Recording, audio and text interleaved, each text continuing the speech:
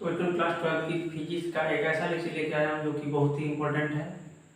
तो इस लेक्चर में हम बच्चों 3 टॉपिक पर बात करेंगे। पहला है हमारा माध्य मुक्त पथ, दूसरा शांतिकाल और तीसरा है अपवाह विक्रिया आधार पर ओम के नियम की व्युत्पत्ति। तो बच्चों सबसे पहले हम बात करते हैं माध्य मुक्त पथ की। समझना क्या होता है उसके बाद हम डेफिनेशन लिखा देंगे। देखिए बच्चों, जब किसी कंडक्टर में फ्री इलेक्ट्रॉन धनायनों से दो क्रमागत टक्करें करता है। बच्चों क्रमागत का मतलब होता है लगातार, यानी एक टक्कर के बाद जस्ट दूसरी टक्कर, इसे हम कहते हैं क्रमागत टक्कर। ठीक, जब किसी कंडक्टर यानी चालक में इलेक्ट्रॉन धनायनों से दो क्रमागत टक्करें करता है, यानी लगातार टक्करें करता है, तब इन दो लगातार टक्करों के बीच इलेक्ट्रॉन जितनी दूरी तय करता है बच्चों, इन दूरी को हम कहते हैं मुक्त पथ। और इन मुक्त पथों के औसत मान को बच्चों हम क्या क्या कहते हैं, माध्य मुक्त पथ। ठीक, तो हम लिख देंगे यहाँ पर हेडिंग सबसे पहले बच्चों हम लगाएंगे माध्य मुक्त पथ। ठीक, इंग्लिश में कहते हैं बच्चों मीन फ्री पथ। क्या लिखेंगे जरा ध्यान से देखना कि जब मुक्त इलेक्ट्रॉन, ठीक, धनायनों से, किससे बच्चों, इन धनायनों से दो क्रमागत का मतलब बच्चों लगातार दो क्रमागत टक्करें करता है, तब इन दो क्रमागत टक्करों के बीच मुक्त इलेक्ट्रॉन द्वारा चली दूरी को मुक्त पथ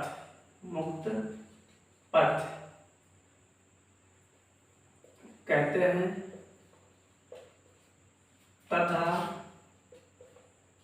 मुक्त पथों के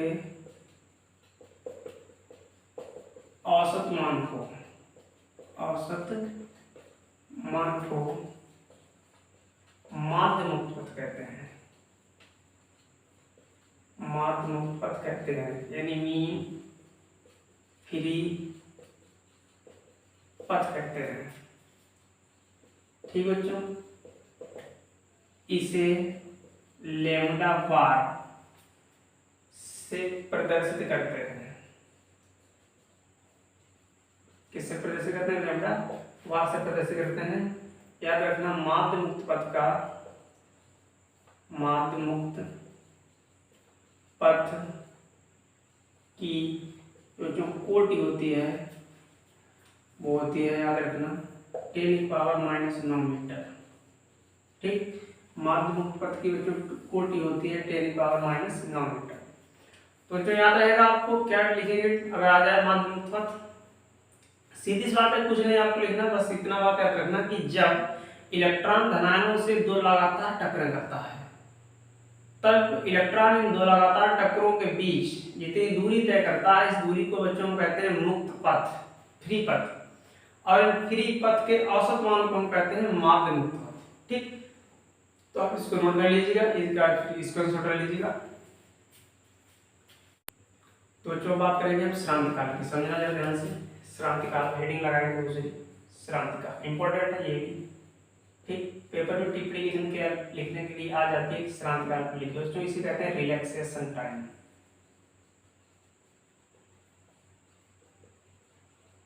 क्या होता है समझना।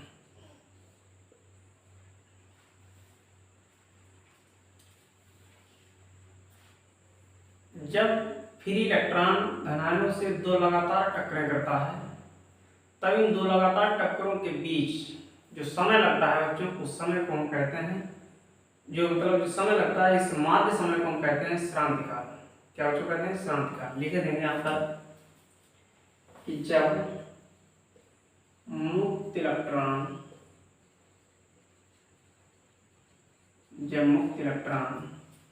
धनायनों से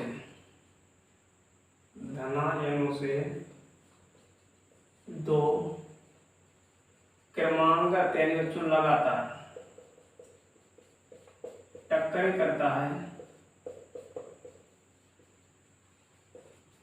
तब इन दो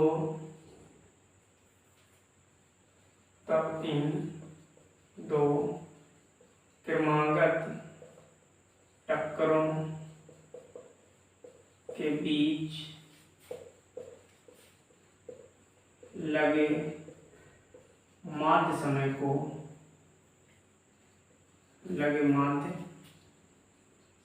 को श्रांति काल कहते हैं। श्रांति काल यानी रिलैक्सेशन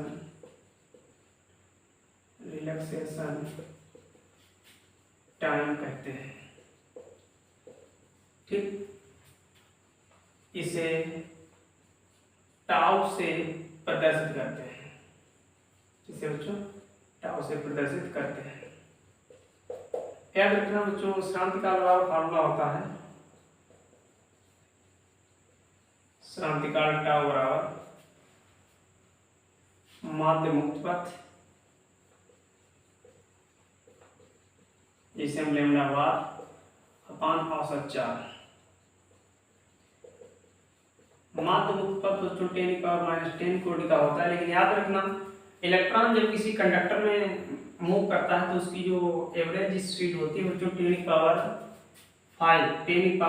मीटर पर सेकेंड। याद रखना 10⁵ मीटर पर सेकेंड इसकी स्पीड होती है। और ये बच्चों कितने का होता है का नाम 10⁻⁻9 मीटर इसकी स्पीड होती है 10⁵ मीटर पर second.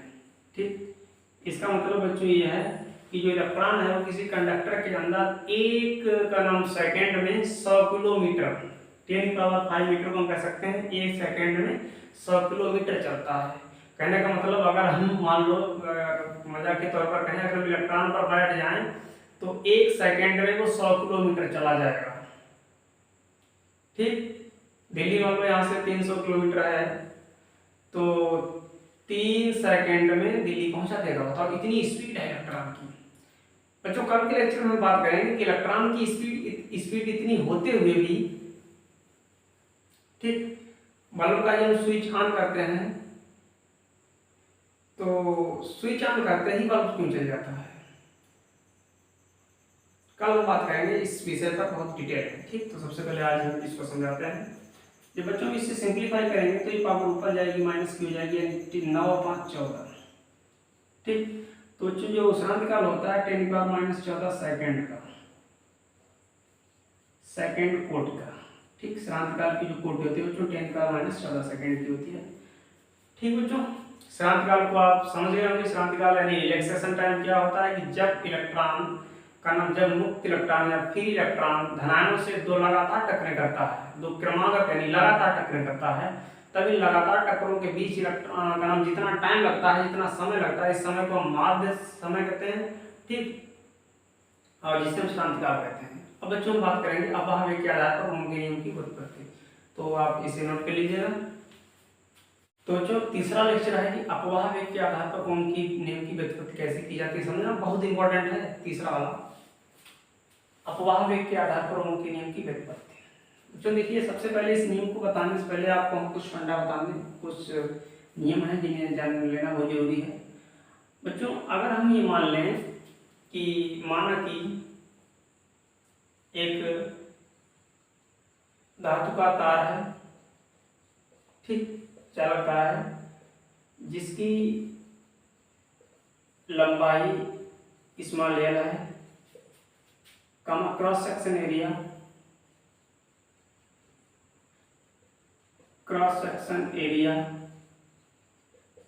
Capital A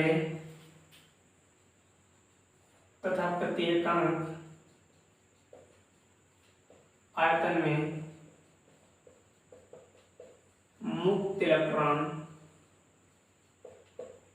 small M है। बच्चों अगर हम मानते हैं कि इस चालक तार के दोनों सिरों पर अगर हम कोई पोटेंशियल डिफरेंस यानी कोई विभवांतर लगा दें तो होगा क्या, उसमें करंट जनरेट हो जाएगा, है ना। तो यहाँ पर हम लिख देंगे कि यदि चालक तार के दोनों सिरों पर विभवांतर लगा दें जिससे धारा I प्रवाहित होने लगेगी।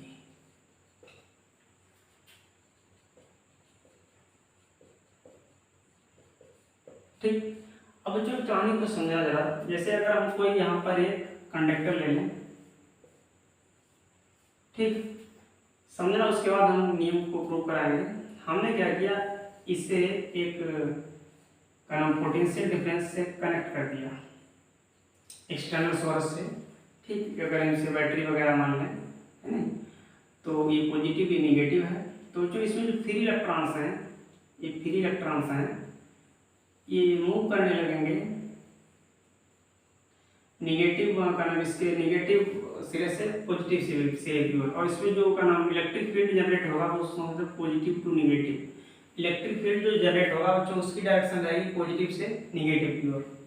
और जो एक चीज देखना जरा ध्यान से, यहाँ पर इलेक्ट्रिक फील्ड की डायरेक्शन अगर उधर है तो इस पर जो फोर्स लगेगा वो इलेक्ट्रिक फील्ड के अपोजिट लगेगा, इधर की तरफ। ठीक बच्चों, अगर हमें पता है कि इलेक्ट्रॉन पर जो चार्ज होता है वो निगेटिव चार्ज होता है, तो इस हिसाब से अगर मैं इलेक्ट्रॉन के फोर्स की बात करूं तो जो फोर्स लगेगा vector F equal to QE का फॉर्मूला होता है बच्चों, F बराबर क्या होता है QE। कहानी को समझना जरा ध्यान से, इंपॉर्टेंट अब चलेगी बात। F का फॉर्मूला होता है QE। अगर इलेक्ट्रॉन पे चार्ज होता है निगेटिव बच्चों, तो हम यहाँ पर लिख सकते हैं माइनस E। अब देखिए बच्चों, इलेक्ट्रॉन पर माइनस यहाँ पर क्या शो कर रहा है, माइनस बच्चों यहाँ पर ये शो कर रहा है कि जो फोर्स लग रहा है वो इलेक्ट्रिक फील्ड के अपोजिट लग रहा है, इलेक्ट्रिक फील्ड के अपोजिट लग रहा है। ठीक, और इलेक्ट्रॉन का जो अनुगमन वेग बच्चों है वो BD है। कितना है, BD है। एक चीज समझना जरा ध्यान से, अगर हम बच्चों इलेक्ट्रॉन का वेट का नाम द्रव्यमान स्मॉल m मान लें, और उसमें जब वो इलेक्ट्रॉन इधर की तरफ मूव करेंगे तो उसमें कुछ न कुछ त्वरण उत्पन्न होगा, एक्सीलरेशन, जिसे हम स्मॉल a मान लें। तो अगर यहाँ पर लगे हम ये लिखें F की जगह पर, क्योंकि फॉर्मूला होता है F बराबर m है। क्या होता है, F बराबर m है, आपने पढ़ा होगा। तो हम इस F की जगह पर लिख सकते हैं m इंटू a। तो हम इसे अगर यहाँ से त्वरण की वैल्यू निकालें तो बच्चों ये निकल के आएगी minus E into E upon m। ठीक बच्चों, अगर ये तो बच्चों वेक्टर फॉर्म में हो गया। ठीक, माइनस यहाँ पर क्या शो कर रहा है कि जो फोर्स लग रहा है वो इलेक्ट्रिक फील्ड के अपोजिट लग रहा है। अगर बच्चों हम इसे का नाम ये मैग्नीट्यूड के फॉर्म में लिखें तो हम वेक्टर हटा सकते हैं, और प्लस अगर हटा दें इससे कोई फर्क नहीं पड़ने वाला है। ठीक, हम तो लिख सकते हैं का नाम a बराबर E/m लिख सकते हैं, इससे कोई फर्क नहीं ज्यादा पड़ने वाला है। तो जो एक चीज देखना है यहाँ पर, एक तो फॉर्मूला ये बन के आ गया। ठीक, कहानी को समझना ध्यान से। अब हम अगर का नाम इलेक्ट्रॉनों के जो ड्रिफ्ट वेलोसिटी BD है और यहाँ पर जो एक्सीलरेशन a है, अगर हम इसमें एक रिलेशन स्थापित करें, एक संबंध स्थापित करें, तो वो क्या होगा, जरा ध्यान से देखना बच्चों। हमें पता है कि ड्रिफ्ट वेलोसिटी जो वेग होता है बच्चों, वो का नाम जो वेग होता है वो त्वरण और टाइम का गुणनफल होता है।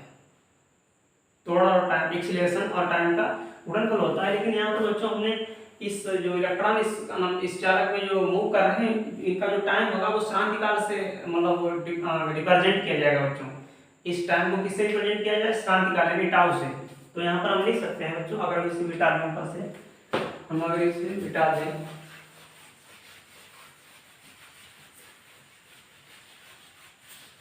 तो बच्चों यहाँ पर हम लिख सकते हैं क्या कि यदि इलेक्ट्रॉन का श्रांति काल, क्या श्रांति काल टाउ हो, कितना हो बच्चों, टाउ हो। समझना ध्यान से, यदि इलेक्ट्रॉन का श्रांति काल टाउ हो तो जो अनुगमन वेग BD होगा या अपवाह वेग BD होगा बच्चों, वो क्या होगा, अपवाह वेग BD बराबर बच्चों हो जाएगा a इंटू टाउ। क्योंकि जब एक्सीलरेशन में एकदम टाइम से, भाई शांति काल एक टाइम है बच्चों, शांति काल एक समय है ना, आपको बता चुके हैं इससे पहले। अगर हम इसे एक ही मल्टीप्लाई कर दूं तो एक ही जगह पर आएगा E अपॉन m, और टाउ पहले से था तो ये फार्मूला बन के आ गया। ठीक, अपवाह वेग BD या अनुगमन वेग BD और शांति काल में रिलेशन है ये। ठीक बच्चों, अनुगमन वेग BD और शांति काल में रिलेशन ये निकल के आ गया, इसको याद रखना। अब बच्चों हम जानते हैं, इसको आप नोट कर लेना, नोट कर लेना बच्चों, इसको भी मिटा दें। ठीक, अब बच्चों हमें पता है कि का नाम अनुगमन वेग BD, अपवाह वेग BD और धारा I में संबंध, इनका हमें रिलेशन पता है बच्चों। क्या होता है रिलेशन, समझना। रिलेशन होता है I बराबर NEABD, I बराबर NEABD बच्चों। अब देखिए अगर हम BD की जगह पर, ये हम निकल चुके हैं मामला, इसीलिए हमने निकाला। अगर बच्चों BD की जगह पर रख दूं क्या, E upon M into tau, कोई प्रॉब्लम नहीं बच्चों। अब देखिए अगर हमें फॉर्मूला पता है बच्चों, यहाँ पर हम लिख सकते हैं, चूंकि BD बराबर हमने जो भी प्रूव किया है E लिख देना पर पेपर में ऐसे ही। ठीक, अब जो देखिए यहाँ पर एक फॉर्मूला होता है E बराबर B अपॉन M। इसका मतलब क्या होता है बच्चों, इसका मतलब ये होता है कि यूनिट लेंथ पर वोल्टेज की वैल्यू इलेक्ट्रिक फील्ड कहलाती है। यूनिट लेंथ पर वोल्टेज की जो बच्चों वैल्यू है वो इलेक्ट्रिक फील्ड कहलाती है। रखना, तो हम E की जगह पर B अपॉन M पुट कर सकते हैं, तो समझना क्या बनेगा, क्या बनेगा बच्चों, E की जगह पर हम B अपॉन E पुट करेंगे तो ये बन जाएगा B upon L upon M into tau. ठीक बच्चों, देखना अगर ये बच्चों B इधर इंटू में है, यहाँ से हटे अगर इधर आए तो अपान में आ जाएगी ना, तो हम अगर इसे बच्चों ऐसे लिख दें I upon B is equal to, कोई फर्क नहीं पड़ने वाला है। ठीक, तो इसका अगर हम एक दूसरे मल्टीप्लाई करें तो ये बनेगा n E स्क्वायर और A n, ठीक, E स्क्वायर A और इंटू में टाउ रहेगा, अपान में बच्चों क्या रहेगा, m तो पहले से ही था, L और आ जाएगा तो एंगल बन जाएगा। बच्चों अगर हम इसे उल्टा कर दें B अपॉन I, तो ये भी टर्म उल्टा हो जाएगा, ये बन जाएगा n L upon n E square A tau. बच्चों ये जो टर्म निकल के आया है ये कांस्टेंट टर्म है। कैसा टर्म है बच्चों, कांस्टेंट। तो यहाँ पर लिख देंगे हम, चूंकि m L n E square A tau, ठीक, इक्वल टू कांस्टेंट, इसे हम R मानेंगे, जो कि हम क्या मानेंगे, कांस्टेंट। ये जो कांस्टेंट है क्योंकि निश्चित टेम्परेचर और दाब पर, निश्चित दाब पर हमें इसे कांस्टेंट मानना है इसे। ठीक, इसे निश्चित ताप व दाब पर कैसा माना है, कांस्टेंट माना है। ठीक, इसे बच्चों इस टर्म को हमें निश्चित ताप व दाब पर कांस्टेंट माना है, तो हम इसलिए यहाँ पर B अपॉन I की जगह पर क्या रख देंगे बच्चों, R रख देंगे। B अपॉन I की जगह पर R आ जाएगा, जो कि कांस्टेंट है बच्चों। कैसा है, कांस्टेंट, कांस्टेंट है बच्चों, सॉरी, जो कि बच्चों कांस्टेंट है। तो अगर यहाँ से हम B की वैल्यू निकालें तो ये बनेगा I है बच्चों, क्या बनेगा, I है। यही बच्चों होता है ओम्स लॉ। क्या बच्चों होता है, ओम्स लॉ। ठीक, इंपॉर्टेंट है, B is equal to I है बच्चों। तो आज के लिए इतना ही। वीडियो अच्छा लगा तो प्लीज वीडियो को लाइक करना, ज्यादा से ज्यादा शेयर करना, चैनल पे नए हो तो चैनल को सब्सक्राइब जरूर कर लेना। ये वीडियो बहुत ही इंपॉर्टेंट है, याद रखना, और कमेंट में जरूर बताना वीडियो लगा कैसा। और बच्चों ज़्यादा से ज़्यादा शेयर करिएगा, प्लीज़ ज़्यादा से ज़्यादा शेयर करिएगा, जिससे कि मेरा भी मोटिवेशन बढ़ता है। ठीक, आप वो शेयर नहीं करते हो, फेसबुक, व्हाट्सअप, इंस्टाग्राम, हर जगह शेयर करिएगा। तो आज के लिए इतना ही। Thanks for watching.